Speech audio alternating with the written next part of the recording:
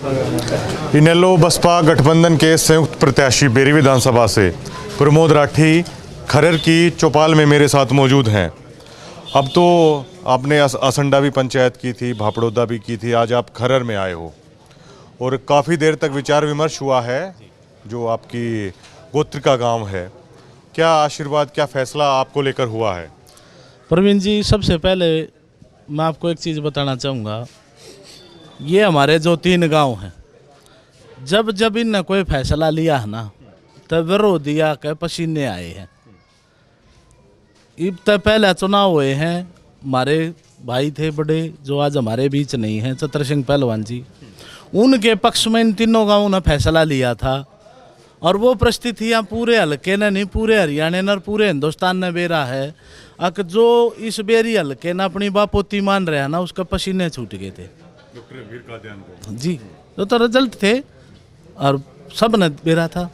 वो ही परिस्थिति इस 2024 के चुनाव में होगी, क्योंकि वो ये तीनों गांव आज इकट्ठा होकर फैसला लिया है कि हम चुनाव लड़ांगे, ऐसा लड़ांगे और जीतांगे। ये फैसला है हमारे तीनों गांव का।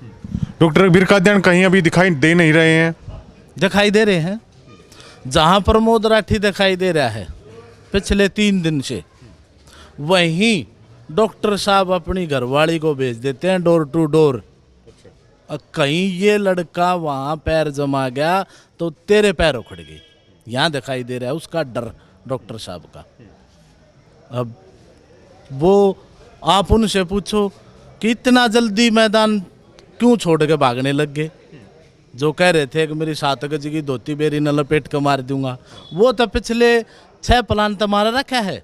बेरी के हालात सब ने बेरा है, सब पूरे हल्के न पता है, पूरे हिंदुस्तान ने पता है। लेकिन ये जो मैदान छोड़ कर भाजे हैं, वो इसी कारण से भागे हैं कि उस भाईचारे में तो कैंडिडेट आ गया जिस भाईचारे ने आपको पहले भगाने का काम किया था। भारी प्रत्याशी काफ़ी आ गए बेरी विधानसभा में। मैं एक चीज़ बताऊंगा आपको, राजनीतिक जो दल हैं वो नहीं चाहते कि बेरी विधानसभा का कोई विकास हो या यहाँ से कोई युवा चेहरा उभर का हुए। क्योंकि मैंने आपसे पहले भी बताई थी, युवा के अंदर आज सोचन शक्ति बहुत अलग है। हमने राजनीति में कदम रखा है तो भाई साहब इसलिए रखा है कि हम कुछ न कुछ अपने समाज के लिए ऐसा करके जावा जैसे हमारे पहले युवा साथियों ने किया, जिसमें भगत सिंह जैसे शहीद हैं। मैं उस विचारधारा से हूँ, कुछ अलग करने की विचारधारा मेरी जीवन की है। इसलिए ये राजनीतिक पार्टियाँ नहीं चाहती कि हमारे युवा इस हल्के के विजयी हों और वो इस हल्के के काम कराओगे, विकसित होंगे तो लोगों के पास समय नहीं होगा इन नेताओं को राम राम करने का। लेकिन नेता है ना, राम राम घड़ियाँ चिला गए, जात बेरी हल्का पछड़ा हुआ रख रखा है, इसलिए प्रत्याशी बाहर से ले। अब है चौटाला के नेतृत्व में इनेलो बहुत अच्छा करेगी इस चुनाव में, ये कहा जा रहा है। और कुछ लोग ये भी कह रहे हैं कि सरकार बनाने के लिए आप लोगों की ज़रूरत है, वो पड़ सकती है। किस भूमिका में आप देख रहे हैं अपनी पार्टी को? जहाँ तक चौधरी अभय सिंह जी की बात है, पूरा प्रदेश नहीं पूरा देश जानता है कि उन्होंने हमेशा जो फैसले लिए हैं ना, वो ऐसे लिए हैं जिनके इतिहास बनेंगे।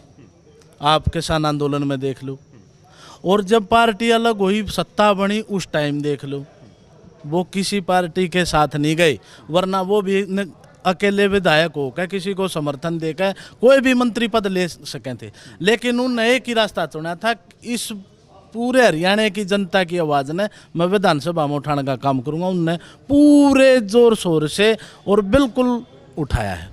किसान आंदोलन में इस्तीफा दिया, वो सब ने पता है, मेंबर से इस्तीफा नहीं देता कोई, उन्हें विधायक पद दे दिया।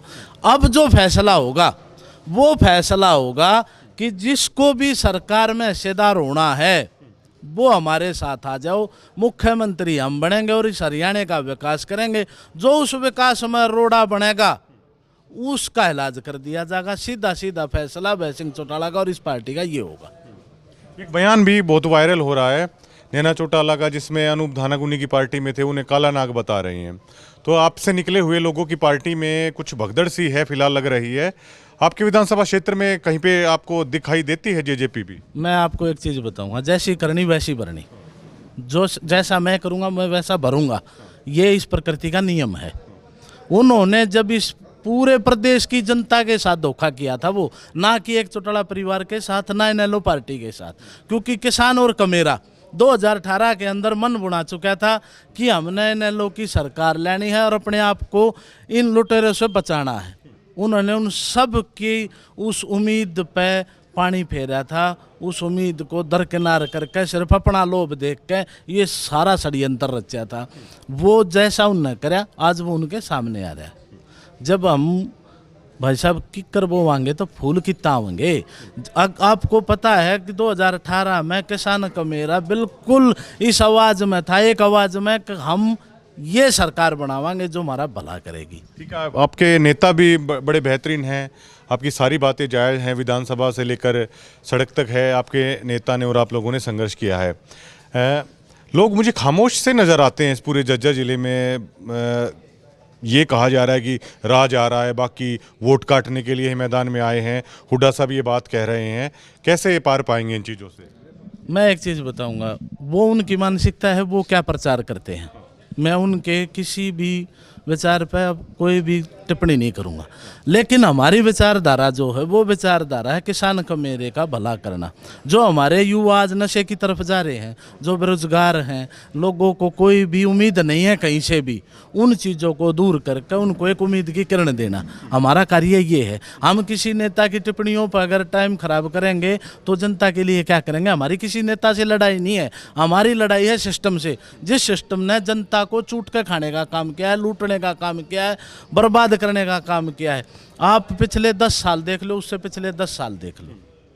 मैं आपको एक चीज़ बताऊंगा और प्रूफ के साथ बता दूंगा, प्रूफ चाहिए तो दे दूंगा। बेरी हलके के अंदर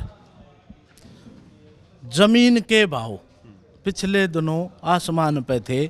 यहाँ फैक्ट्री आने लग रही थी, लोगों को रोजगार मिल रहे थे, लेकिन मौजूदा विधायक ने विधानसभा में लिख के दे दिया कि हमारे बेरी विधानसभा को कंट्रोल एरिया में डाल दिया जा। अगर किसी भाई को शक हो तो मैं उनका लिखित ला के दे दूंगा आप लोगों ने, तो आप अब देख लो वो बेरी हल्के के फायदे में है कि नुकसान में।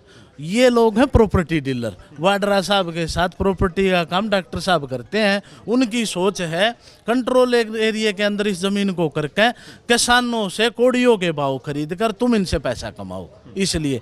और नहीं हो तो आप डॉक्टर साहब से एक बार पूछ भी लेना। अगर वो मना करें तो मैं विधानसभा से उनका लिखा हुआ आपको ला कर दे दूंगा प्रूफ के तौर पर।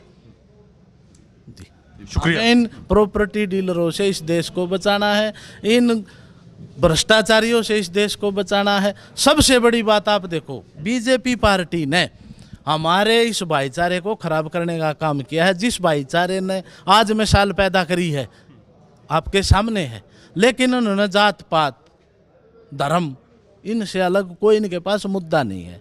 भारत पाकिस्तान ये इससे अलग कोई बात नहीं है इनके पास।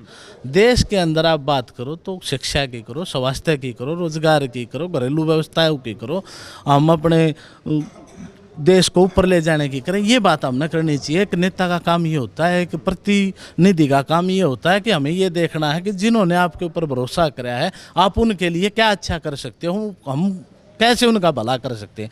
ना कि ये देखना चाहिए कि हम इनको लड़ा कर अपना फ़ायदा कैसे ले सकते हैं। तो इनको हम यहाँ से हरियाणा से भगा के और प्रदेश का भला करेंगे। किसान का मेरे का भला होगा, यो देश खुशहाल होगा, यो प्रदेश खुशहाल होगा और सब लोग बड़ी खुशी से, बड़े भाईचारे से इस हरियाणा के अंदर रहने का काम करेंगे। धन्यवाद। ठीक है जी। इनेलो बसपा के संयुक्त उम्मीदवार ये प्रमोद राठी थे और एक कंट्रोल्ड एरिया को लेकर जो ये बात कर रहे हैं ना, उन बातों में मुझे दम दिखाई देता है। क्योंकि इस लोकसभा चुनाव में डॉक्टर रघुवीर सिंह कादियान ने कई गांवों में ये कहा कि बेरी हल्के की मिट्टी भी थैलियों में भर के बिकेगी, मैं हर घर को है वो करोड़पति बनाऊंगा। तो वो इशारा उनका इसी तरफ था, ज़मीनों को लेकर ही था। अभी जैसे प्रमोद राठी कह रहे हैं कि प्रॉपर्टी डीलिंग की बात हो रही है। और वैसे भी ये बात तो है कि बेरी विधानसभा क्षेत्र की ज़मीनें कंट्रोल्ड एरिया में रख रखी हैं। एक बराहना, एक छोची हुआ, उसमें कंट्रोल्ड एरिया नहीं था, तो वहाँ पर किसानों को बड़े अच्छे दाम मिले थे। और कंट्रोल्ड एरिया होने से क्या है, आपको CLU वगैरह कई तरह की चीज़ें होती हैं, तो बिजनेसमैन है, फैक्ट्रियाँ या छोटी इंडस्ट्री नहीं आती हैं। अगर फ्री जोन होता है तो किसान अपने आप बिजनेसमैन से अपनी ज़मीन का है वो सौदा कर सकता है। और हमें ऐसा लगता है कि ये मुद्दा है बेरी विधानसभा में अब की बार है वो उठेगा। जो प्रमोद राठी हैं वो उठा रहे हैं, और जो अपनी रवायत होती है कि अपने गोत्र के गांवों को इकट्ठा किया जाता है, उसी सिलसिले में आज खरर को है इन्होंने वो इकट्ठा किया था। शुक्रिया।